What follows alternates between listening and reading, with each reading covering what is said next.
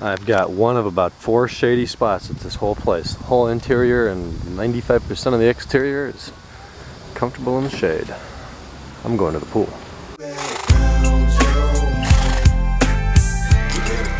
Alright, we're going to try to start this thing now. Back from the pool. See if it wants to idle. I'm going to take a look under the hood. I haven't even looked under there yet. It was dark last night. Let's see.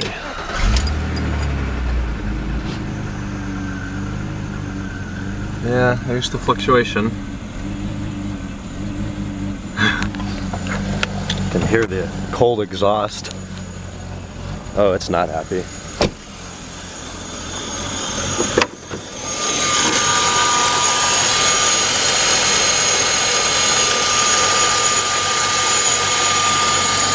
It's all over the place, revs-wise.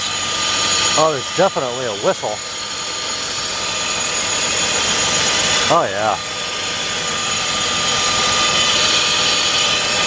I think I hear a hiss, which would indicate some air system leak after the MAF, which is what you guys were guessing. It's hard to tell because the secondary air pump's running. I'll let it run a minute and then we'll listen after the secondary air pump shuts off. Well, it sounds like an exhaust leak up here too.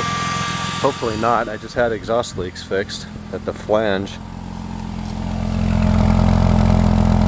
Idle sounds okay back there. Seems to have smoothed out. Okay, there goes the secondary air pump. That sounds a little too hissy. Yeah, I'll have to take that apart. Sounds like it's back there. Interesting.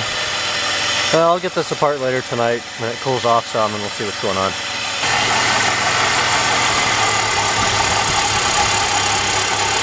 It definitely labors more at idle with the cap off. There's a bit of a suction. Somebody was talking about the oil cap. Yeah. You hear that?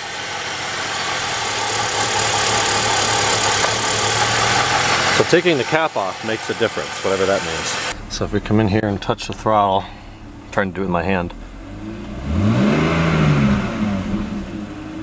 I caught it. That was pretty normal.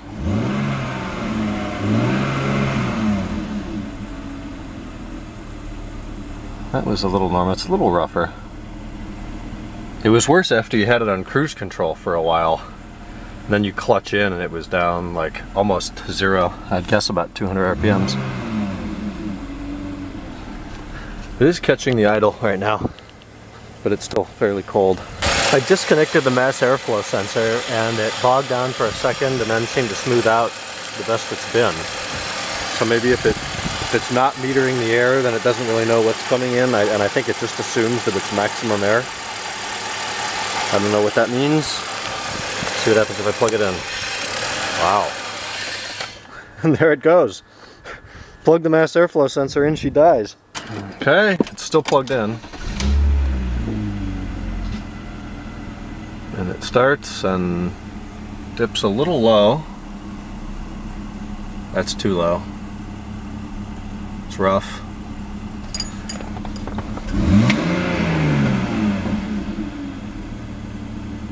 Weird. I think we got an air problem somewhere.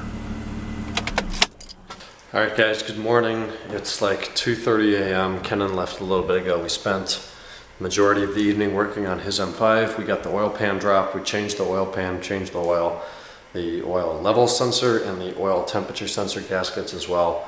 It was pretty long DIY. I filmed it for E39 source, so that'll be up on the channel in a couple days. I did not have time to dig into the 330 today like I wanted to, so hopefully tomorrow I will have time to pull the intake apart and see what's going on with that. Today worked on Kenan's car until like 1 a.m. so there was no time left and it's dark and the car was cold, so I didn't mess with it. But I am exhausted, so it's time to go to bed. Tomorrow's Tuesday, I believe. Hopefully tomorrow I will find some time to work on that, do a little bit more diagnosis and figure out what's up. But I'm going to go edit this together and do a few quick emails and go to bed. I'll talk to you guys tomorrow on Tuesday. Good night.